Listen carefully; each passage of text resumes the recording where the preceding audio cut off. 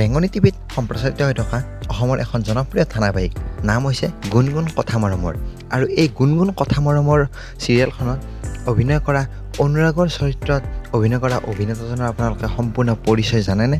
যদি আপোনালোকে তেখেতৰ পৰিচয় নাজানে, তেখেত কোন হয়, তেখেতৰ ঘৰ ক'ত, তেখেতৰ পৰিয়াল কোন, তেখেতে এডুকেশ্যনেল কোৱালিফিকেশ্যন কিমান, কেনেকৈ তেওঁ অভিনয় জগতত খোজ দিলে, তো সম্পূৰ্ণখিনি আজিৰ এই ভিডিঅ'তে আপোনালোকে জানিব পাৰিব। গতিকে আপোনালোকে ভিডিঅ'টো একেবাৰে শেষলৈকে চাই থাকিব।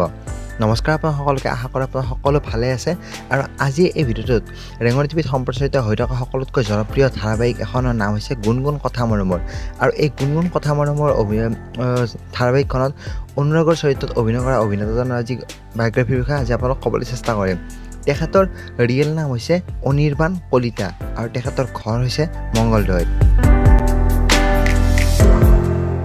যদি আমি তেখেতৰ ফেমিলি বুলি ক'বলৈ যাওঁ, তেখেতৰ ফেমিলিত তেখেতৰ মা আছে, তেখেতৰ পত্নী আৰু তেখেতৰ এগৰাকী ভগ্নী আছে।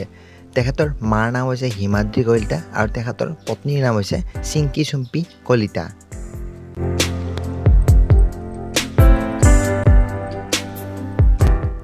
যদি আমি তেখেতৰ এডুকেশ্যনেল কোৱালিফিকেশ্যন চাবলৈ যাওঁ, তেখেতে M.Com কমপ্লিট কৰিছে, মাষ্টাৰ ডিগ্ৰী অফ কমাৰ্চত তেওঁ কমপ্লিট কৰিছে।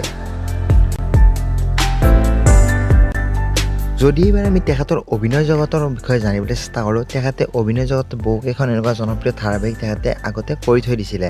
তেখেতে আইনা, ৰদালি, তো এনেকুৱা বিভিন্ন ধৰণৰ ইত্যাদি তেওঁ জনপ্ৰিয় ধাৰাবাহিক কৰি থৈ দিছিলে। আৰু বৰ্তমান তেখেতে গুণগুণ কথা মৰমৰ ধাৰাবাহিকখনত অভিনয় কৰি আছে।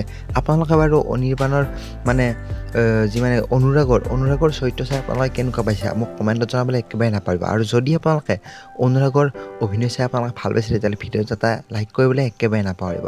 ধন্যবাদ।